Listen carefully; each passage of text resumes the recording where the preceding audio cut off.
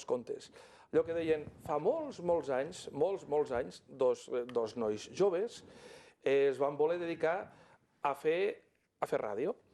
I era una època analògica, una època en la que a nivell de Lleida hi havia, jo diria que només 3 emissores, 2 a la capital i una a Tàrrega, i ells van fer allí els seus primers passos. Després la vida els ha portat per camins diferents, però últimament han estat fent xerrades per Lleida recordant aquells temps. Bona tarda, Xema.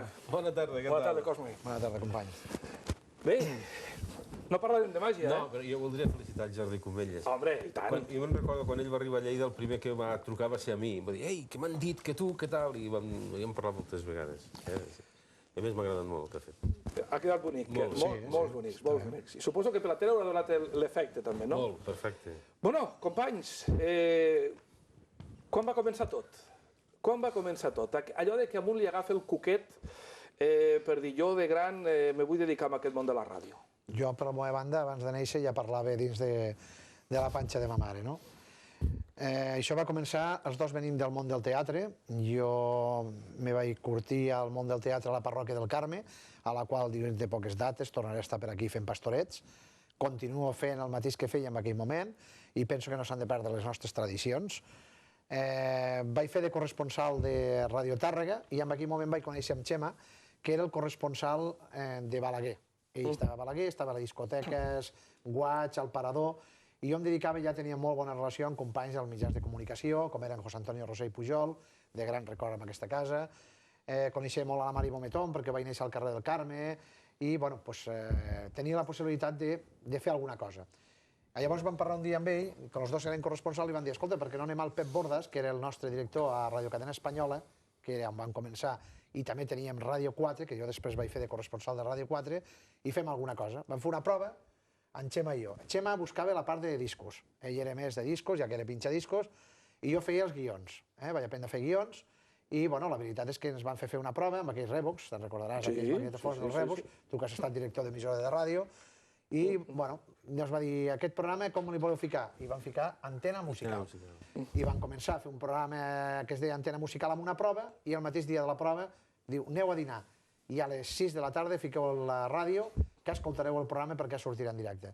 Nos van fer molt populars, van conèixer molts artistes, van anar a molts festivals, van compartir amb Luis del Olmo, amb Arribas Castro, amb Pepe Antequera, amb moltíssima gent, quan la ràdio era una altra ràdio. Van constituir clubs de fans de Los Pecos, del Pedro Marín, de l'Ivan, del Chani Chevi, van compartir amb Rocío Jurado, el Salsigui, amb la Rocío Dúrcal, és a dir, que érem les persones més conegudes, dos nois que no eren guapos, que no ho som ara tampoc, però que tenien clubs de fans per un tubo, això ara ja no passa, mantenim relacions amb molta gent, vam fer un festival que es deia Antena Musical i vam invitar moltíssima gent al Big Ben, vam portar el Gonzalo, que després va ser actor...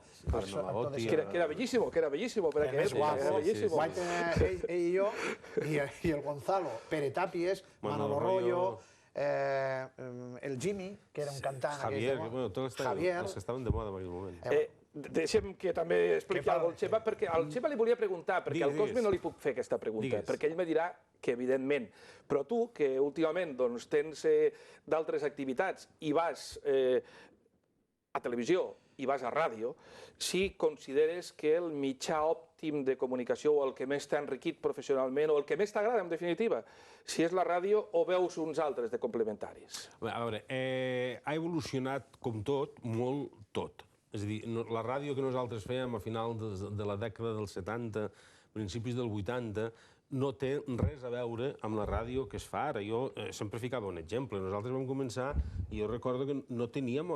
És a dir, no hi havia la possibilitat de preescoltar els discos. Havies d'anar a ull. I aquí sembla que canvia de color i comença l'estribillo. Vull dir, feies així i escoltaves damunt de l'orella. És a dir, eren taules de làmperes que s'acalentaven, que si deixaves el disco allà damunt es doblegava. I aleshores, jo després, quan ja vaig estar a altres ràdios, hi havia vegades que em deia, escolta, és que se m'ha espatllat que després va vindre el tema dels cartutxos. Home, això és molt posterior. Sí, bueno, però jo vaig estar de subdirector a la cadena 13, se m'ha espatllat la cartutxera, no puc fer el programa. Com que no pots fer el programa? Si nosaltres fèiem programes que no sabíem ni que existia la cartutxera. Aleshores, ha evolucionat molt. Cada mitjà té les seves avantatges i els seus inconvenients. La ràdio d'ara no té res a veure amb la ràdio d'aquell temps. Jo una cosa sí que voldria dir, i és que nosaltres al principi no teníem sou a la ràdio i guanyàvem molt més que el director de l'emissora. És a dir, nosaltres ens nutríem de l'aposta que feien els anunciants per nosaltres, amb la qual havíem de donar una ràdio atractiva i de qualitat perquè la gent es volgués anunciar als nostres programes. I resulta que a l'hora de fer números sempre hi havia el problema que resulta que el nostre sou era més alt que el del director de l'emissora.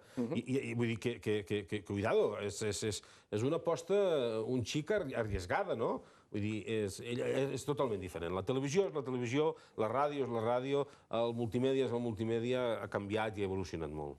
I el Cosme en quina es queda? No, què vols que digui? Què vols que digui?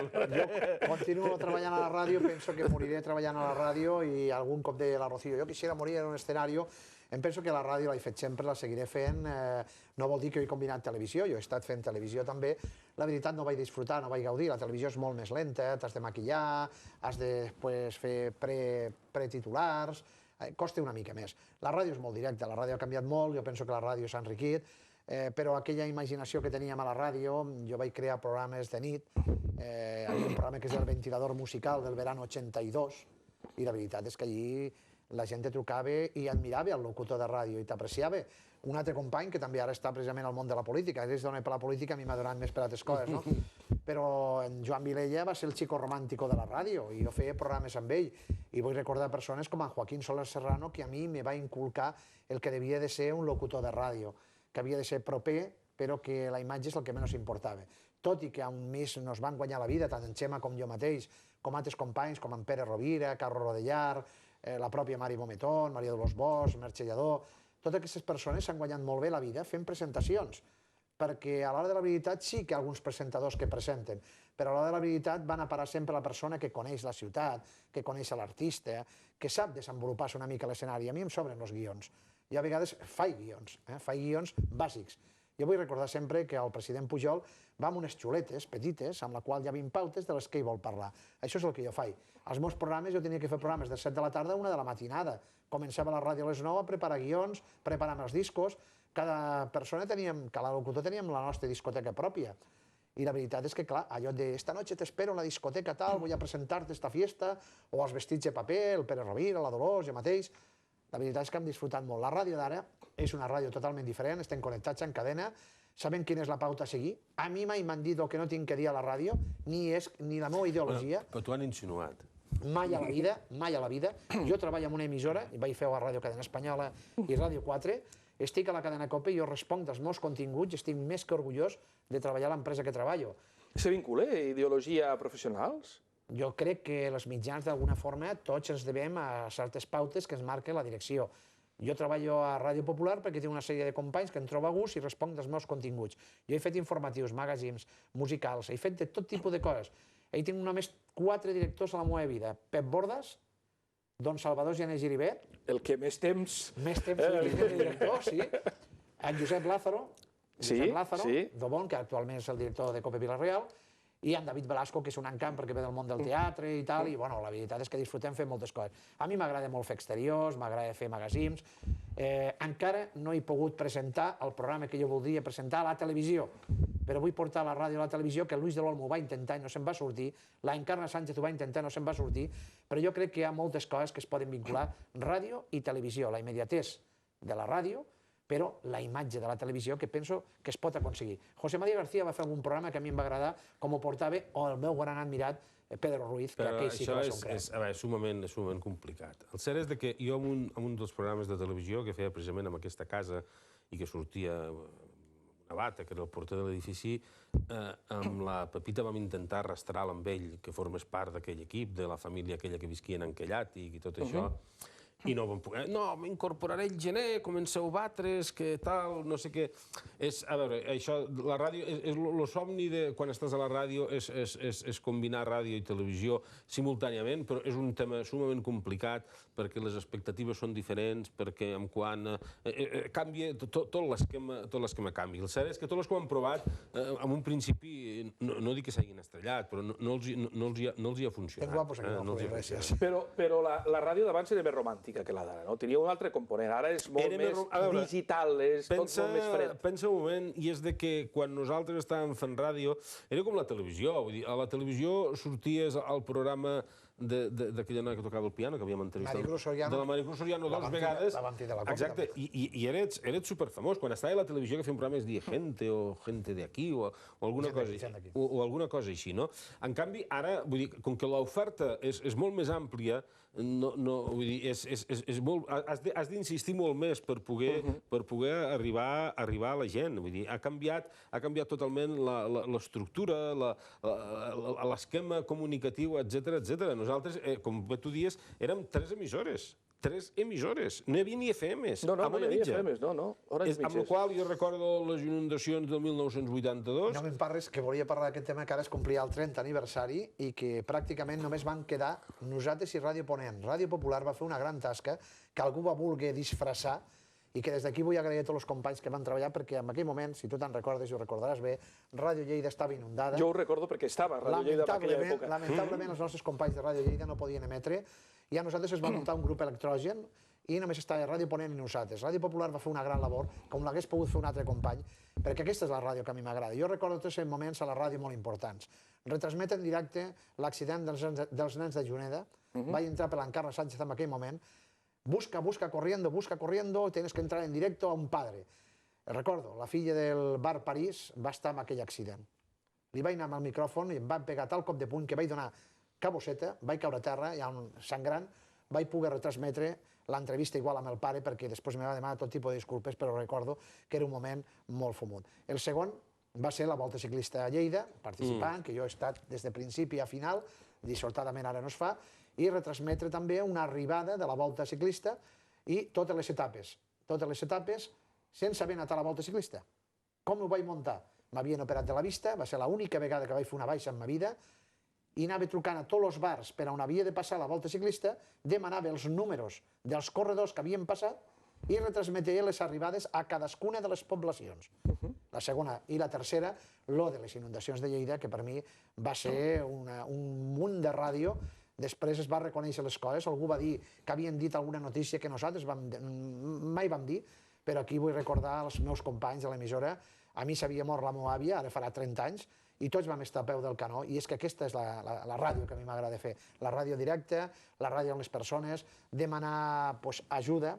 Jo he fet algun programa benèfic, en el qual han recollit molts diners, jo no ho vaig fer, però altres companys van fer l'operació en botella, i una cosa molt bonica, que alguns diuen, ja era una tonteria, el programa de discos dedicados a la hora de la sobremesa, para el niño más bonito del mundo. Hombre, Radio Popular en aquella època, entre el Ronda Matinee i el Felicite a sus amistades, eren... I Ràdio Lleida vull reconèixer que jo era el soci número 14 i fèiem un programa que es deia Felicita a sus amistades, i per ser soci de Ràdio Lleida, que es pagava 15 pessetes, te donaven uns vales, la Carmina, que era a l'oficina, donaven uns vales per poder ficar discos dedicados. És el mateix que ara feu als diaris, que tu també hi col·labores als diaris, que fique onomàstiques, allò.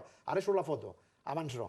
I te vull dir com a anècdota que la ràdio Miraceix Imaginació, que hi ha una emissora de ràdio, quan era Ràdio Popular, no sé si ara existeix a València, que feia discos dedicados a l'hora de la sobremesa para los fallecidos. I era el programa de més rendiment econòmic que havia en aquella casa. És una mica sàdic, això, ja. Bueno, avui és el dia dels difunts, en qualsevol cas també és el dia de les ànimes, perdó. Ja sé per què ens has portat, perquè és les ànimes del purgatori per purgar-nos. No, tampoc és això. El que volia és justament convidar-vos als dos, ja estem arribant ja al final, perquè ens expliquéssiu, encara que hem tingut el temps que hem tingut, doncs una mica aquest periple d'unes quantes dècades vinculats al món de la radiodifusió. El Xema, evidentment, ara d'altres activitats que van des de la màgia fins a la política, però bé, que